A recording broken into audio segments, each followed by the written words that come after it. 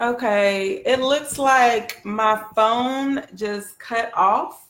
So I'm going to go ahead and recap some things. I got to get used to looking at the camera on the computer. I'm going to go ahead and recap some things. This camera is not as good as it was. So sorry about that. But yeah, I got to get that phone together. It just cut off. And that's like the second time that it's done that. But what I was talking about was the love lessons, why nobody's good enough for you. And I talked about self-acceptance being the number one thing. And I feel like there is like this big shadow on my face. So it's just gonna have to be there. So the first thing was the self-acceptance. The second thing, what I was talking about, insecurity, and I was given an example before I got cut off of somebody that was clearly insecure that was wanting to point out like negative things about me before even getting to know me. So this person didn't know me at all, but they were just like, oh, I don't like your earrings. Another guy, he actually did know me. And he's talking about my edges having white stuff on them or something like that. So, I mean, just like nitpicky stuff, like why do you care what kind of earrings that I have on, especially when they change so often? And why do you care about my edges so much? Like, why are you looking that closely at me to where you're critiquing to that extent? So some of you, you have not actually vocalized it, but you thinking some of this stuff. So if you are thinking those kind of things about people, it kind of it's something that you might want to do a self-check on and say to yourself, am I being like hypercritical? Like what's going on? Because some things you just shouldn't care about. I don't know. Has that ever happened to anybody? I see some people have joined. Dexter, hey Dexter, Lance, I don't know if you're still there. Hey Shakira, hey Toby, hey Roscoe. Thanks for bearing with me, those that were on before and it dropped. But if that has ever happened to you, I would love to hear the stories about somebody trying to critique you and basically they don't even know you. And then even when they do know you, they have no point of saying what they said to you. It wasn't to help you to improve. It was just basically a comment that they wanted to make. I just had it actually happen at work. And this person, they said that they were actually just jealous. I'm like, decorate my room or whatever. And they ended up, they were like critiquing everything that I was putting up. And I'm like, okay, it doesn't have to be perfect. And they were like, well, honestly, I'm just jealous because I'm not able to put my room up, get my room and stuff together. So sometimes you may do that just out of being envious or being jealous, especially if you run into a woman or a man that you think has really got it going on. So you point out the one thing that you may think that somebody's insecure about. I had another guy. I don't even know if he's going to see this because I didn't really say, I'm looking for my charger. I didn't really say it to him, but he came and wanted to talk about, I asked him how old he was, and he was talking about how much did I weigh. So for me, I felt like he was like digging for my insecure, like to see if I was insecure about my weight. And I'm not sure why he did that. Hey, Destiny. I'm not sure why he did that, but I found it like really strange that he was like trying to find something to make me feel a little insecure. And you'll start to notice it because people will give you like back-ended compliments, like your hair looks nice today, but like I said about the edges, but you might need to get some new edge control because you can see the little white little parts in the front or something like that. I don't know if anybody has any better examples, but that's a big thing. So, and then the last thing is just playing out immaturity, where in some cases people just have not matured. So they don't really know what's valuable versus what's not valuable. So as a result, they just have this big, long list of different things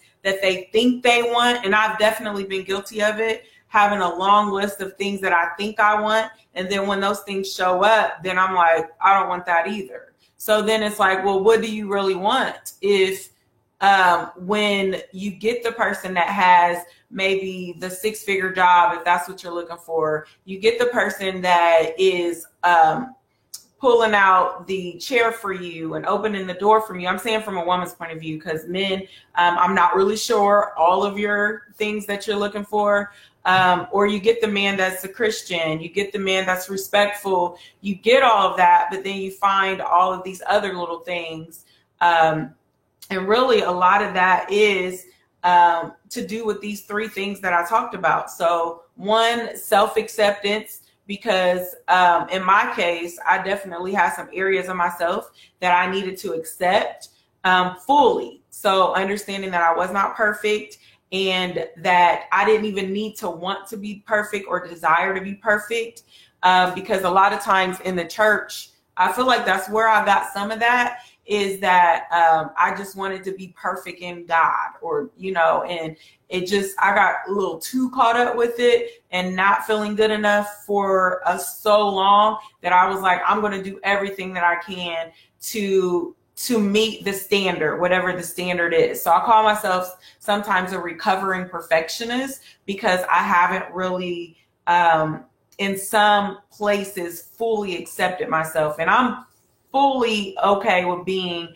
open and honest, because I feel like there's not enough people that do that. So a lot of people, they just try to put up a front like they got it all together. And it doesn't matter what level you are in life, until you will not have it all together until you actually die. So I have no problem saying that there's still areas that I need to like fully accept in my own, like within myself, and accept that they're not going to be perfect, and not necessarily always try to improve, but not necessarily try to be perfect. And not necessarily even having that high standard of myself, because I'm doing that to myself, I do it to other people too.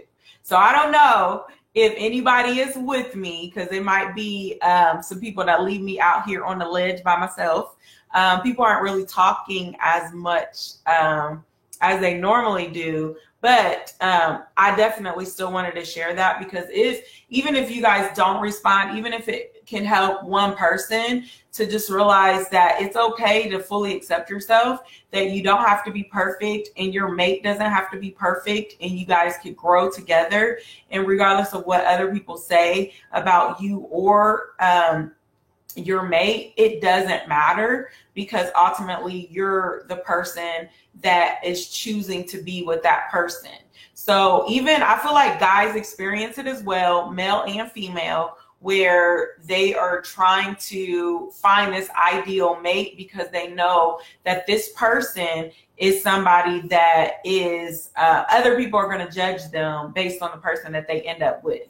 So as a result, they're going to be like, okay, well, she got to have this kind of hair. So I know with guys, you guys say she can't have weave, or her weave got to be a certain way. Or what else do y'all say? She can't wear too much makeup. There's like a big debate about the hair and the makeup, like too much hair, too much makeup, the way she dresses, of course, the way she acts. And those are your preferences, and there's nothing wrong with that. But I think a lot of times people it's not that they're not attracted to that woman, or in some cases, they're not attracted to a man that may not fit the ideal description, but they don't want other people to judge them based on their choice, if that makes sense. If I don't make sense at any point, then please feel free to say something. Hey, Dario, good to see you online.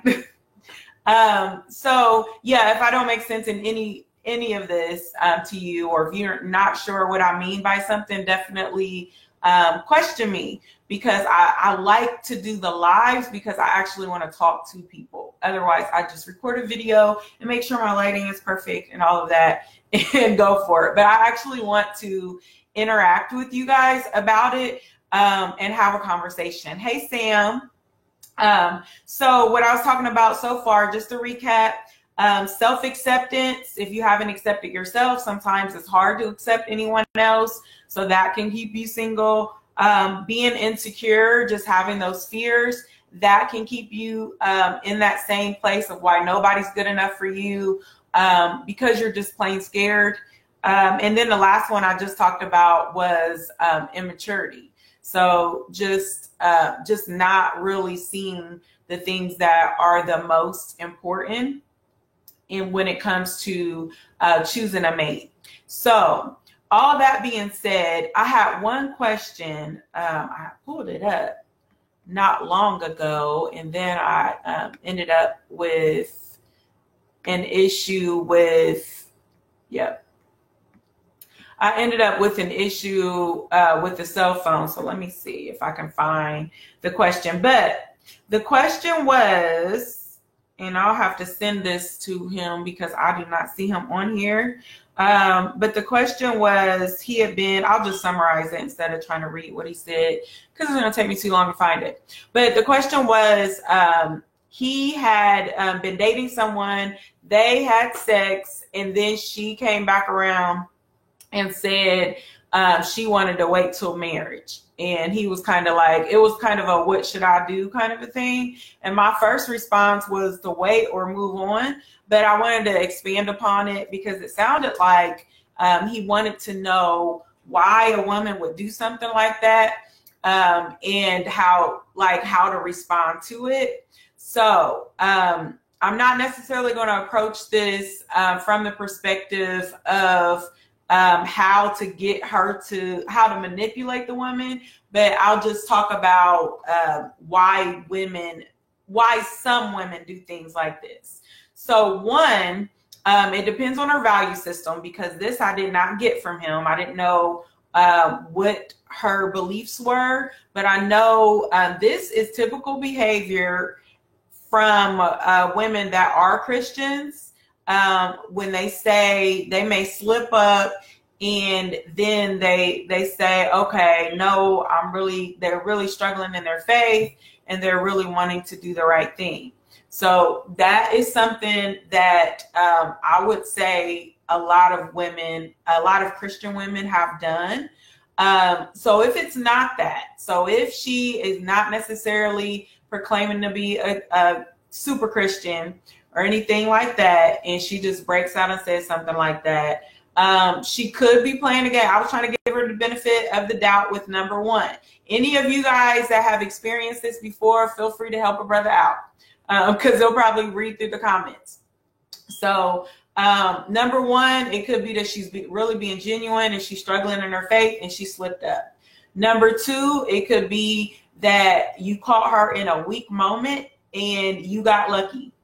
So she really didn't have any intentions on sleeping with you on a regular basis, and she just got caught up in the moment, and there you were. So those are two, and then I'll give you a third one, because it could be a number of things, because I don't know her to be able to really pinpoint it. But the third one is, and I hope this is not it, but I want to give you the truth, so I hope you're ready. So the third one is that she could just not be that attracted to you in that way. So a lot of times women, we definitely will make up excuses, just the same way that I would say that men do for women, like when they want to let a woman down easily and they don't want to hurt her feelings. That could be one of the reasons why she would say something like that, because she may really, if she says something like that, then she definitely cares about you as a person. So she doesn't want to hurt your feelings, and she's wanting to communicate. So you're going to have to dig into her personality if you really want to know, like, to figure out why a woman would do this. I know personally, I have had men get kind of confused if I had a moment or whatever, and think that, oh, well, this is how it's going to be. No, I'm not really that into you. I'm just human. So this is not going to be a regular occurrence. So sometimes men kind of, in my experience, they kind of get caught up. And if something happens once, then that's something that's going to keep continuing to happen. And they, I think in some cases, they may not even believe, the woman when she says something like what this woman said. So I'm not sure how old you are, but I think a lot of guys would say that, like, she's just saying that, you can still get it or whatever. But I would say, to make a long story short, I would say if this woman is somebody that you're really interested in having something real with, then you want to get to know her and see what's on her heart. And you definitely, this is not necessarily, I'm a Christian, so I'm going to come from that perspective, but it's not necessarily that I expect you to come from that perspective, because I don't know what your background is. But what I will say is that if you want something that is real, then you really are going to have to find out more about what's in her heart. Instead of just like, oh, she wanted to have sex and then she didn't, and all that, because women can sometimes be a little all over the place if they're struggling emotionally. So hopefully some of that made sense. It still goes back to what I said before with the either you're going to wait or you're going to move on. So if sex is that important to you in this time, I don't think that that particular woman would be ideal, because if she's doing it now, then she'll just randomly do that if she doesn't want to. And it shouldn't be something that is forced either, because women a lot of times definitely in the head first. And if you were not able to do that successfully, where you weren't able to connect with her mentally, emotionally, I'm not going to say spiritually, because you shouldn't be doing that if that's like the approach that you're wanting to take. But if you're not able to connect with her on that level, she may not even be attracted to that point.